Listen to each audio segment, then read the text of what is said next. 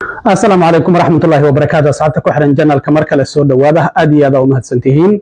وأربعة قميص السوق ليسون لبضة بشة تضبات جولاي سنة كلبضة كن إيه شنية لباتنك مقال كان محربا إن ندو كل وذاقه لبض عضو ورباهنت مريكان كي يقوى عالم كأيسي وين وهذا الهيين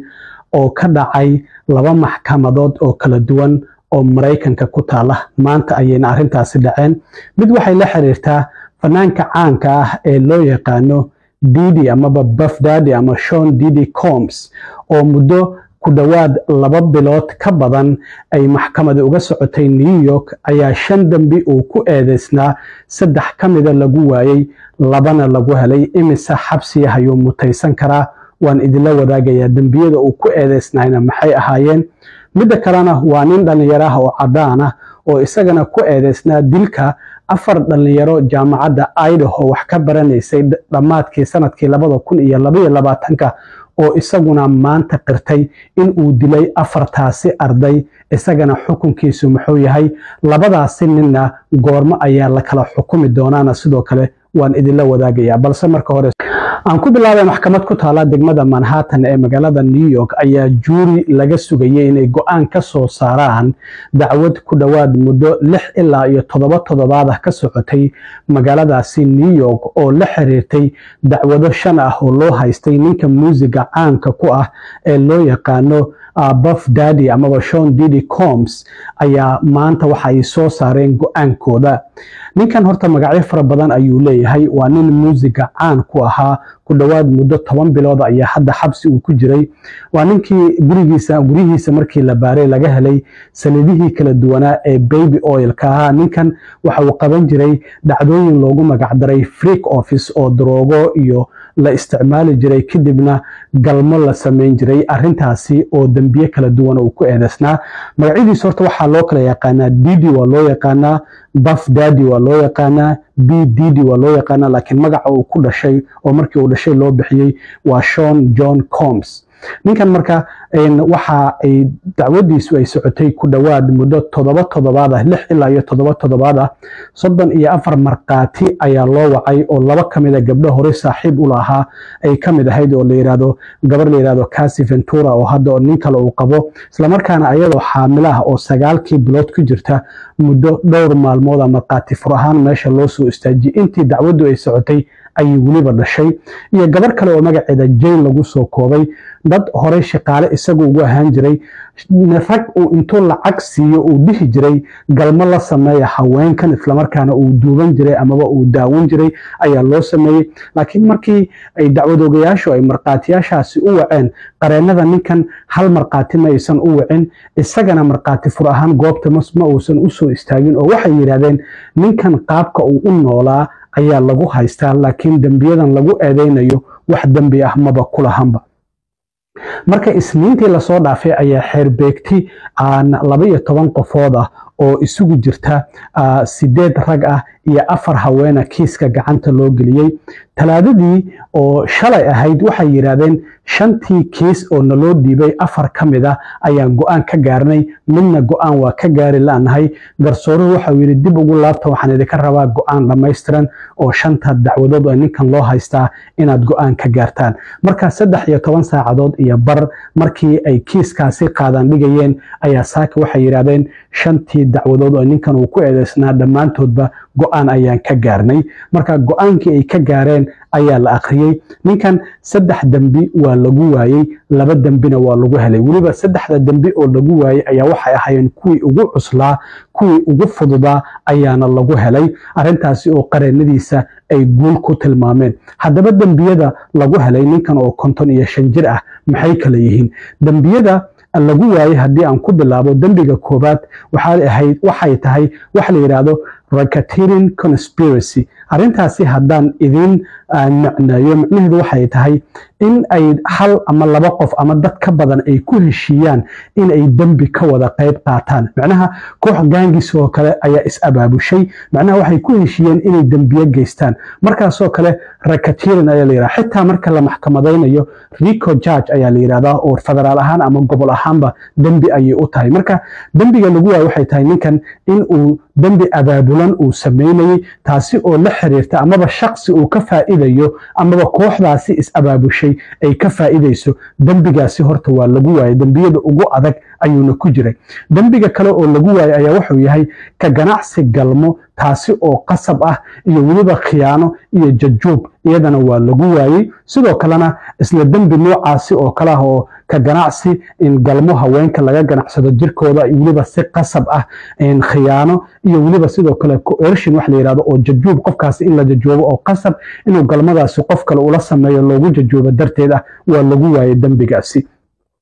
laakiin labada dembi oo lagu helayo waxay yihiin in uu dad intuu waday uu meel geeyay jirkooda laga ganacsaday macnaha qaab jirkooda looga ganacsado in dadkaasi uu meel geeyay transportation ninkan diyaarad xitaa ayuu lahaa waxaan leeyahay xafladahan freak office-ka uu qaban jiray muddo maalmaha ayay socon jireen inuu dad meel isugu keeno uu lacag ku bixiyo uu yiraahdo dumar iyo rag amaba xitaa dadka isku jinsiga ahaadaan isku galmooda xitaa muuqaalo uu duubtay markii gurihiisa la baaray laga soo helay sidoo kalena isaguna uu daawan jiray mararka qaar amaba uu samayn jiray marka labadaasi dambi oo fudud ayaa lagu helay mid kastana 10 sano oo xabsiya ayuu mutaysan karaa marka 20 sano oo xabsiya ayaa labadaasi dambi ee lagu helay oo ku mutaysan kara waxa maxkamaddu intii socotay waxyaabaha la soo bandhigay waxa kamid ah muuqaal gabadha saaxiibka oo loo ahaa 2016 hotel saasoo kale iyadoo galmo loo sameeyay ka soo cararto ka daba yimid oo darba la dhacayo isagoo waliba in shukumaan way oo cad bas xiran inta kalena ka qaawan muuqaaladii la soo bandhigay ayay ahayd marka ninkan hadda xukunkiisa waxa uu dhici doonaa 3 bisha October ee soo socota maanta markii go'aanku uu soo baxay sidoo kale qareemadiisu waxay dalbadeen ninkan in damaanad lagu sii daayo gurigiisa Miami ku yaalana uu joogo inta xukunkiisa uu sugayo laakiin 1 milyan ayay xitaa waxay yiraahdeen waan dhigaynaa oo ninkan lacag ayuu leeyahay garsooruhu waa uu ka diiday marka 3 bilood oo kale hadda July iyo August iyo September xabsi ayuu ku sii jiri doonaa haddana ku dhawaad 10 bilood ayuu xabsi ku jiray ilaa bishii September ee sanadkii hore marka sidaas darteed ayaa ninkan loogu helay labadaas dacwadood marka 20 sano oo xabsiya ayuu ninkan mutaysan karaa kiiskiisa haddii halkaasi aan kaga gudbo ayaa waxa jirtay sidoo kale nin isagana cadaan oo 30 jir ah oo la yiraahdo magaciisa Brian Kohlberger ayaa waxa lagu eedeynayay dilka 4 arday oo jaamacadda Idaho dhiganaysay magaalada Moscow ee gobolkaasi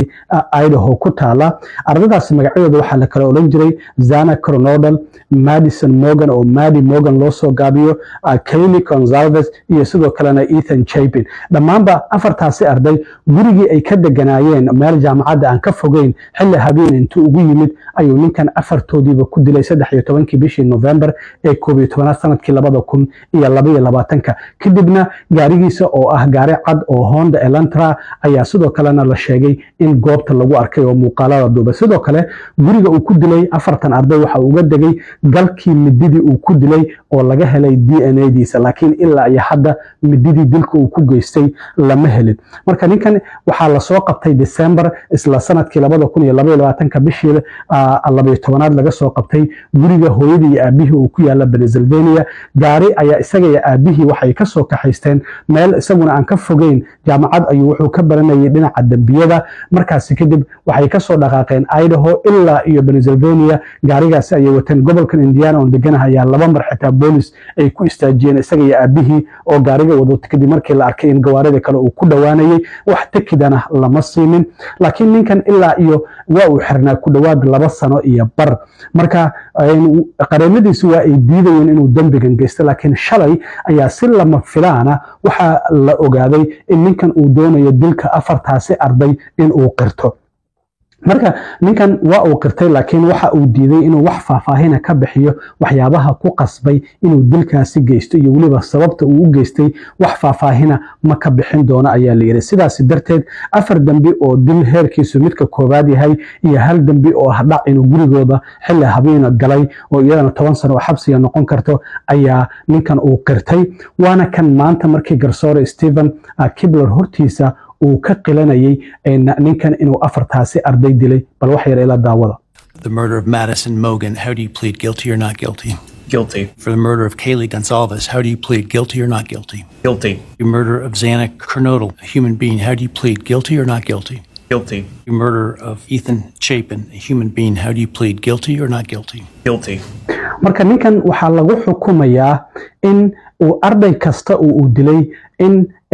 xabsigaha ku furto ama xabsi daa'in ayaa lagu xukumayaa xitaa aan lahayn in uu racfaan ka qaadan karo oo la cafin karo sidaas darteed marka uu mid u dhamaado marka waxay tahay ninkan inuu xabsiga ku dhimanayo maadaama 90 sano oo 4 sagaashanaad oo la isku daray inuu xabsiga uu ku qaadan doono oo waliba 10 sano oo dheeraad ah loogu sii daray qoysaska marka ardadii dhimatay qaarkood arrintan waa ay soo dhaweeyeen kuwa kalena waa ay ka soo horjeesteen oo waxay yiraahdeen arrintan ma ahayn in lagu dhaqaaqo isagana waxaa la xukumi doonaa 23 bishan aan ku jirno waliba 2 maalmood ayuu xukun ka dhici doonaa 23 ilaa iyo 24 marka dacwadoogaashu waxa ay sheegeen in qoysaska ay u sheegi doonaan wax kasta oo ay kiiskan ka og yihiin marka uu xukunka dhaco kadib qaar kamid ah qoysaska sidaan sheegayna waa ay soo dhaweeyeen kuwa kalena arrintan waxay ku tilmaameen in aysan cadaalad hayn waliba maanta markii uu dambigiisa qiranayay hooyadii iyo aabihii ninkan la yiraahdo Brian Kohlberger waxa ay joogeen maxkamadda oo waa ay daawanayeen marka labadaasi kiis oo kala duwan